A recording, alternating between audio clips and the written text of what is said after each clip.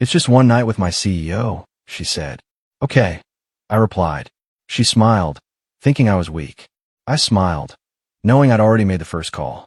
3 days later, her fantasy became a $400 million corporate disaster. Her CEO screamed one question. Who is your husband? My name is Warren Blake. I'm 45 years old, and I've spent the last decade building a career as a compliance consultant. It's not glamorous work. Most people's eyes glaze over when I explain what I do. I help companies follow the rules, make sure their mergers don't violate regulations, ensure their paperwork is clean. Boring stuff. Safe stuff. The kind of work that keeps you in the background while other people make headlines. That's exactly how I liked it. My wife, Bridget, never really understood what I did. She knew I worked with legal documents and corporate structures, but the details didn't interest her. As long as the mortgage was paid and her Range Rover had gas, she was content. She worked as VP of Strategic Partnerships at Cortex Solutions, a growing fintech startup in Denver. She was good at her job too. Confident, ambitious, the kind of woman who walked into a room and owned it. We met 11 years ago, shortly after her divorce. She had 2 kids from her first marriage. Harper was 6 then, Logan was just 2. Their biological father took off to California and barely sent child support. I stepped in, became the dad they needed, coached Logan's little league team, helped Harper with her algebra homework, taught them both how to ride bikes in the park near our house. I thought we had something real. Then came that dinner at Maggiano's. Tuesday night, mid-September. She ordered the salmon, I got the ribeye. We were halfway through the bottle of Chardonnay when she set down her fork and looked at me with this strange expression. Not guilt, not nervousness. Something closer to excitement. Warren, I need to talk to you about something, Bridget said, her voice steady. I wiped my mouth with a napkin and waited. There's this opportunity that's come up, she continued, swirling her wine. Something I've been thinking about for a while now. Okay, I replied, still not seeing where this was headed. She leaned forward slightly, her eyes bright. You know Preston Knight, my CEO? I nodded. I met him twice at company events. Tall guy, silver hair, expensive suits. The kind of executive who spoke in sound bites and firm handshakes. He's interested in me, she said simply. And I'm interested in him. It's just physical, Warren. Just one night. He's been my fantasy for years, and he finally made it clear he feels the same way. The restaurant noise faded into white static. I stared at her, waiting for the punchline, the laugh, something to indicate this was a joke. It's just one night with my CEO, she pressed on. He's my fantasy. I'm not asking for a divorce or anything dramatic. Just one night to get it out of my system.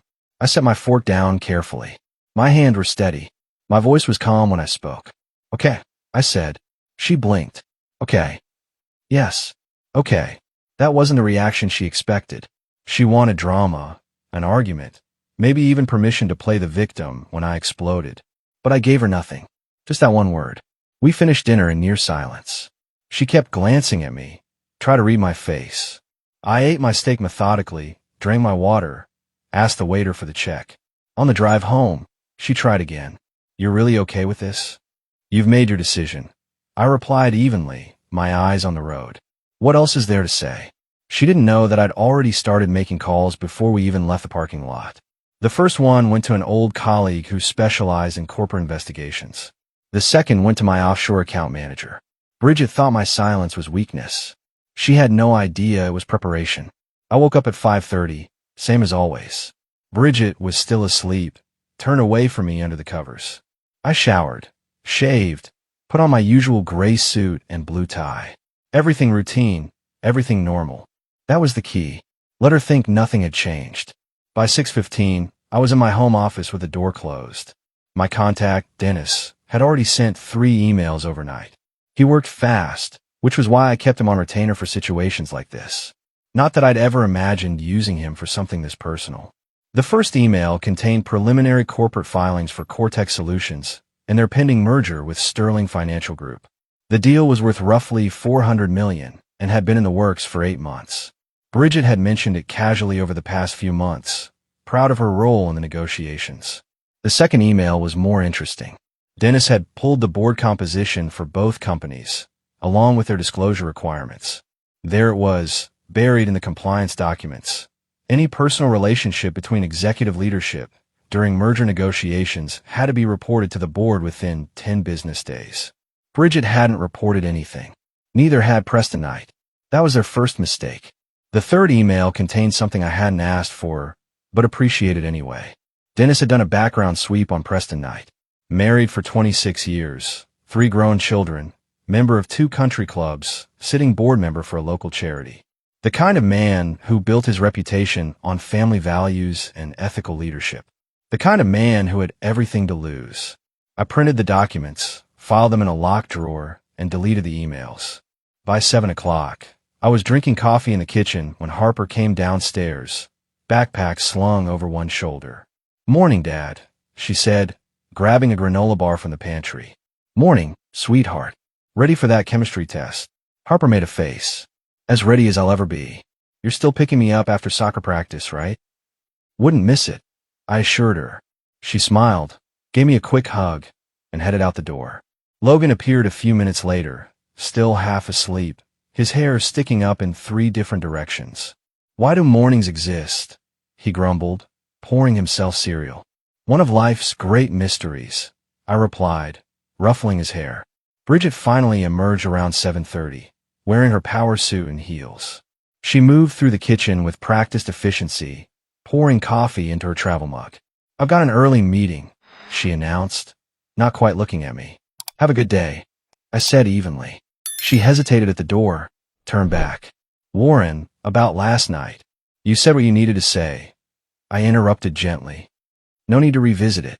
Relief washed over her face. She nodded, grabbed her keys, and left. I waited until her car pulled out of the driveway. Then I made another call, this one to a corporate attorney I'd worked with on 3 previous cases. We had an appointment scheduled for tomorrow morning. Bridget thought she was in control of the situation. She was about to learn otherwise. 3 days later, everything changed. I was in my office downtown, reviewing compliance documents for a pharmaceutical client, when my phone buzzed with a text from Harper. "Dad, Mom's freaking out. She won't stop crying. What's going on?" I checked the time. 9:40 in the morning. Bridget should have been at work. Before I could respond, my phone rang. Bridget's name flashed on the screen. I let it ring 4 times before answering, keeping my voice neutral. "Warren," I said simply. Her voice came through broken, panicked. "Warren, I need you to come home. Right now. Please." "What happened?" I asked, though I had a pretty good idea. "Just come home," she repeated, her voice shaking. "Please." I told her I'd be there in 20 minutes, then gathered my things with deliberate slowness. No need to rush. Whatever was happening had already happened. When I walked through the front door, I found Bridget sitting on the living room couch, her phone clutched in both hands. Her makeup was smeared, eyes red and swollen. She looked up when she heard me, and the desperation on her face was almost enough to make me feel something. Almost. "What's wrong?" I asked, setting my briefcase down. "Preston called me this morning," Bridget said, her voice trembling. "He was screaming, Warren. Absolutely screaming." I sat down in the chair across from her, waited. "The merger's dead," she continued, fresh tears spilling down her cheeks. "The Sterling deal is completely dead. The board called an emergency meeting last night. They found out about us." "Found out what exactly?" I asked calmly. "That Preston and I were involved. That we'd been seeing each other. They said it was a conflict of interest, that we should have disclosed it months ago." She wiped her face with shaking hands. "Preston called me screaming. He kept asking, 'Who is your husband? Who the hell is your husband?'" I leaned back in my chair, studying her. "Why would he ask that?" "I don't know." Bridget's voice rose to near hysteria. "He just kept screaming it. Then he hung up. I've tried calling him back 15 times. He won't answer." "And the merger?" I prompted. "Gone. Completely gone. Sterling's board pulled out this morning. They're citing undisclosed conflicts and breach of fiduciary duty." Her hand was shaking so badly she could barely hold her phone. "Warren, they're talking about firing Preston. An HR called me an hour ago. They want to see me tomorrow morning. They used the words administrative leave." I nodded slowly, processing this information I already knew. My contact at Sterling Financial had confirmed the board vote last night. The anonymous tip about Preston and Bridget's relationship had come from an untraceable email address. "Mine. How did they find out?" Bridget asked, her eyes searching mine desperately. I met her gaze steadily. That's an excellent question. The HR meeting happened exactly as I predicted. Bridget came home that afternoon, looking like she'd aged 10 years in 6 hours. They put me on administrative leave, she announced, standing in the doorway of my office. Pending an internal investigation into undisclosed conflicts of interest. I looked up from my laptop. Did they say how long? Indefinitely. Her voice was hollow. They took my badge, my laptop, my phone. Made me hand everything over like I was some kind of criminal. Standard procedure, I observed. Standard procedure? Bridget's voice sharpened. Warren, my career is falling apart, and you're talking about standard procedure? I closed my laptop, gave her my full attention. What would you like me to do about it? I don't know. Show some emotion. Maybe? Act like you care that your wife's life is imploding. You made a choice, I said evenly. These are the consequences of that choice. She stared at me like she was seeing me for the first time. You knew this would happen. I suspected it might, I admitted. Ow, her eyes narrowed. How could you possibly know? I stood up, walked to my filing cabinet, and pulled out a folder. Inside were copies of the merger documents, the compliance requirements, the board member contact information. I'd had them for days.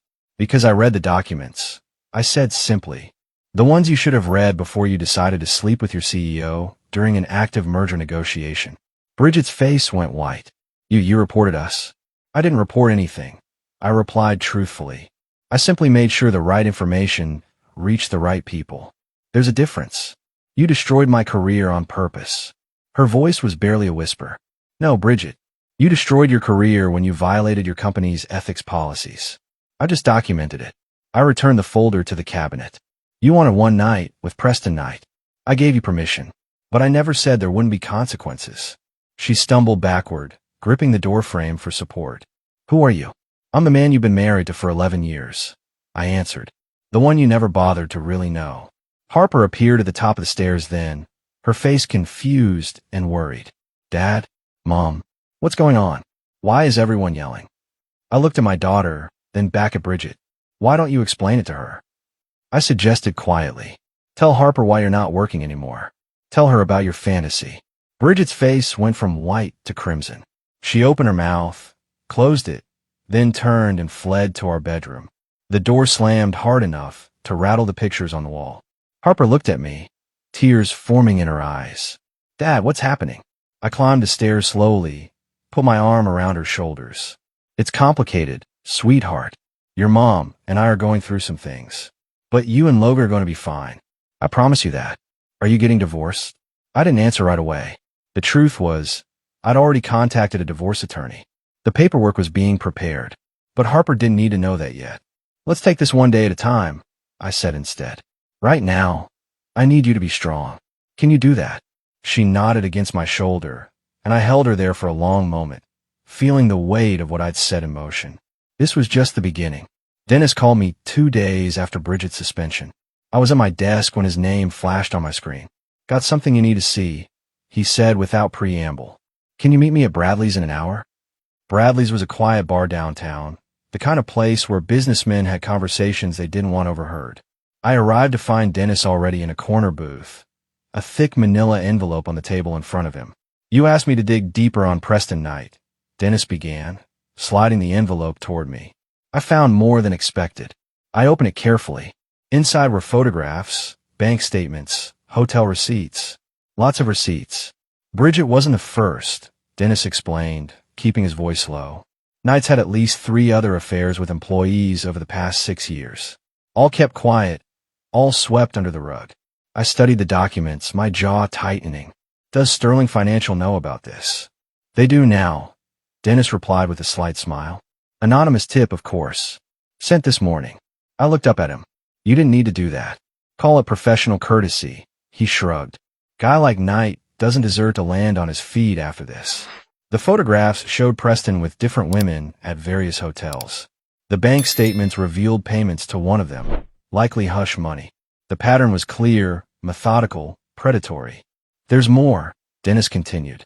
Knight's wife filed for divorce yesterday. Her attorney is going for everything.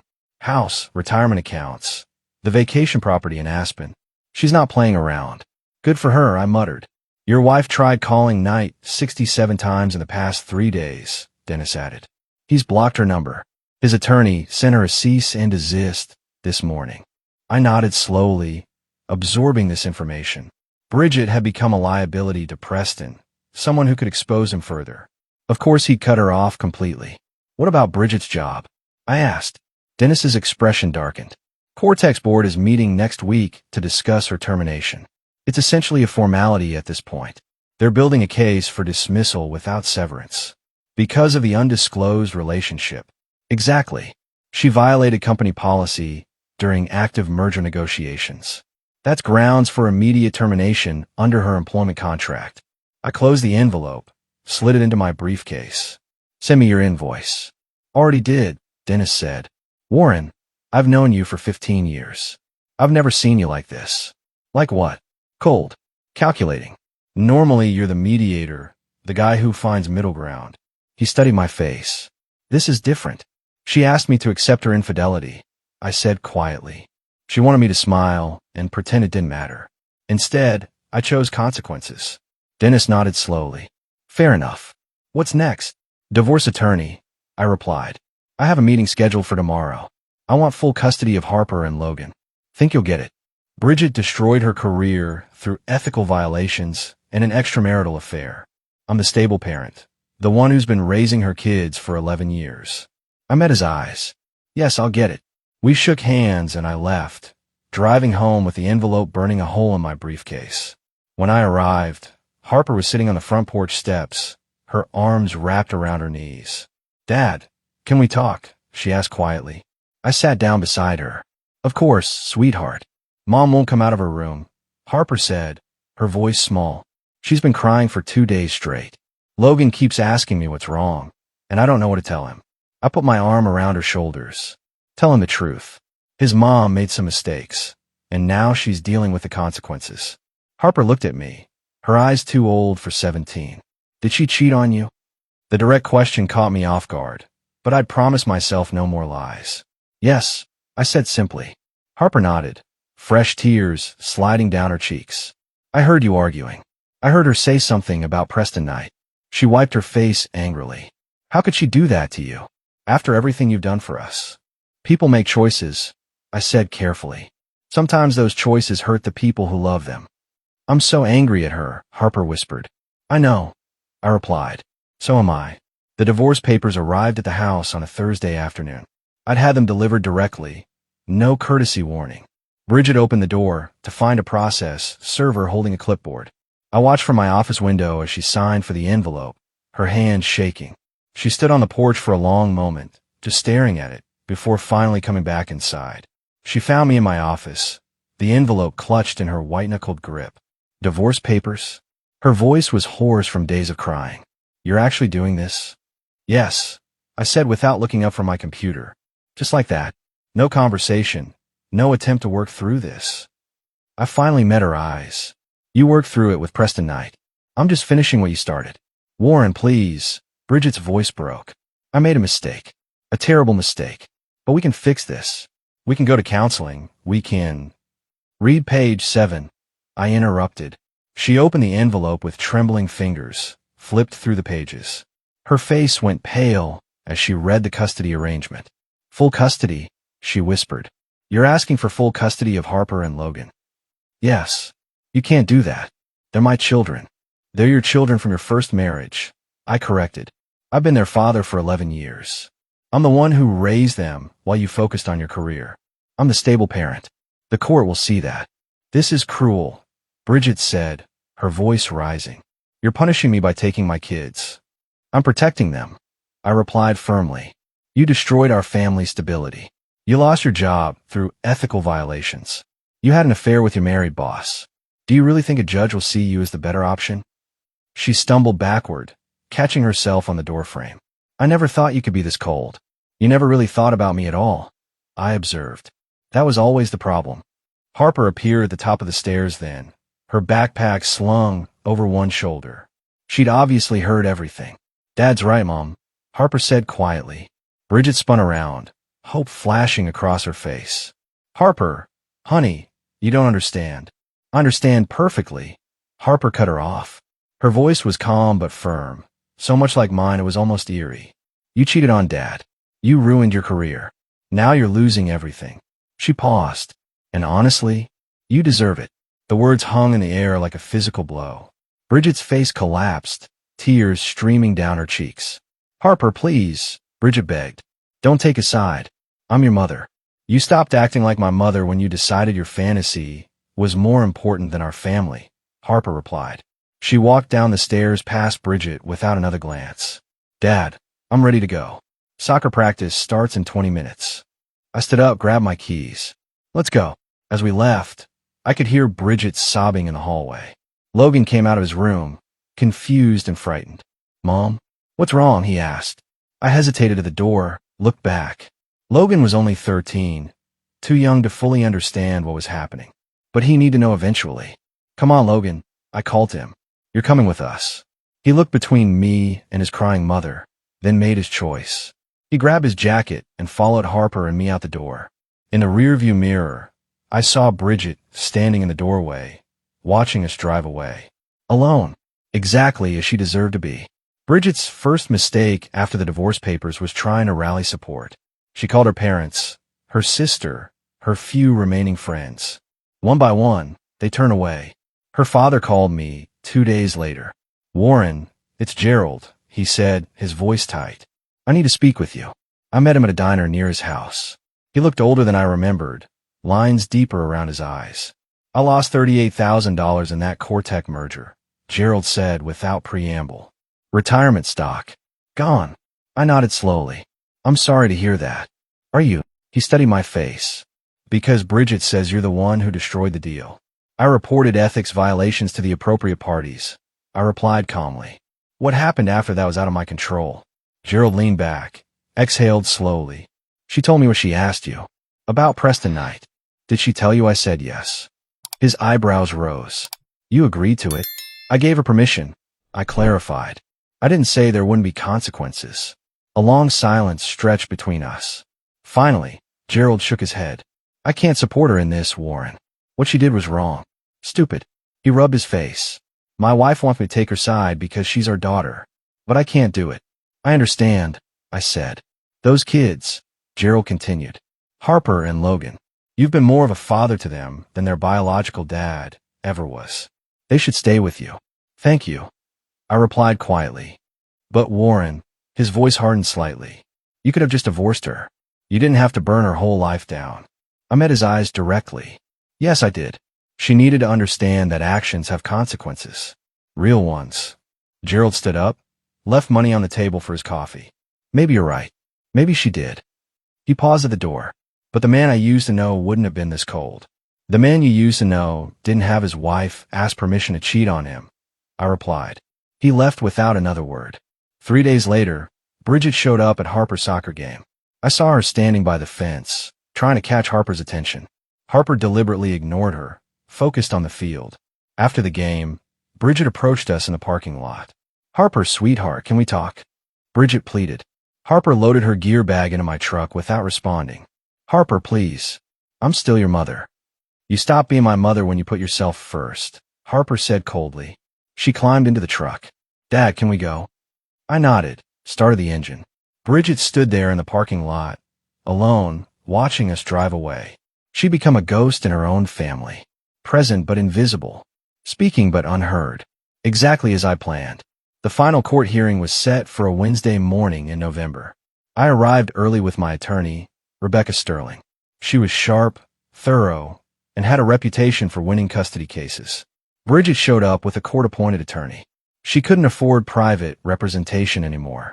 The judge, a stern woman named Patricia Holmes, reviewed the case files for 10 minutes before speaking. This is a custody hearing for Harper Blake, age 17, and Logan Blake, age 13, Judge Holmes began. Both children from Mrs. Blake's previous marriage. Mr. Warren Blake seeks full custody. Rebecca stood. Your Honor, Mr. Blake has been the primary caregiver for these children for 11 years. He has maintained stable employment, stable housing, and has been present for all major life events. Meanwhile, Mrs. Blake lost her employment due to ethical violations and engaged in an extramarital affair during her marriage. Bridget's attorney tried to object, but the judge waved him off. I've read the testimony from Harper Blake. Judge Holmes continued. She's expressed a clear preference to live with Mr. Blake. At 17, her opinion carries significant weight. Your Honor, she's been influenced. Bridget's attorney started. She's been truthful. The judge interrupted. I've also reviewed the school records, medical records, and character statements. Mr. Blake has been the consistent parent throughout these children's lives. I sat quietly, hands folded, watching the proceedings unfold exactly as Rebecca had predicted. Logan Blake is younger, Judge Holmes continued, but his therapist's report indicates he feels more secure with Mr. Blake. The pattern is clear. Bridget was crying silently, her shoulders shaking. Therefore, I'm granting primary custody of both children to Warren Blake, the judge declared. Mrs. Blake will have supervised visitation every other weekend, pending review in 6 months. The gavel came down. Just like that, it was over. Bridget collapsed in her chair, her attorney trying to console her. I stood, shook Rebecca's hand, and walked out of the courtroom. Harper and Logan were waiting in the hallway with my sister. Well, Harper asked anxiously. You're staying with me, I said simply. She threw her arms around me, and Logan joined the embrace. Behind us, I heard Bridget's wailing echo down the courthouse hallway. I felt nothing. No satisfaction, no regret, no guilt. Just the quiet certainty that justice had been served. Preston Knight's fall was spectacular and public. The news broke 3 weeks after the custody hearing. His wife's divorce attorney had leaked documents to the press, evidence of multiple affairs, misuse of company funds, harassment settlements paid with corporate money. Cortex board terminated him without severance. Sterling Financial sued him personally for breach of contract. His country club membership was revoked. 3 charities removed him from their boards. The man who'd been Bridget's fantasy became a cautionary tale. I was reading about it on my laptop when Harper came into my office. Dad, Mom's outside, she said quietly. She wants to talk to you. I looked out the window. Bridget sat in her car, an older Honda Civic I didn't recognize. The Range Rover was long gone, repossessed when she couldn't make payments. Tell her I'll be out in 5 minutes, I said. Harper hesitated. Dad, she looks bad. Really bad. I closed my laptop and went outside. Bridget had aged years and months. Her hair was graying, pulled back in a messy ponytail. The expensive clothes were gone, replaced by a simple sweater and jeans. She looked small, diminished. Warren, she said as I approached. Thank you for seeing me. What do you want, Bridget? I found a job, she said. Administrative assistant at a small law firm. It's not much, but it's something. She paused. I'm moving to Colorado Springs. Starting over. Good for you, I replied neutrally. I wanted to ask about seeing the kids, Bridget continued. My supervised visits. I know I only get every other weekend, but maybe we could arrange something more flexible. That's between you and your children, I said. If they want to see you, I won't stop them, but I won't force them either. Her face crumpled slightly. Harper won't return my calls. Logan blocked my number. Can you blame them? No, she whispered.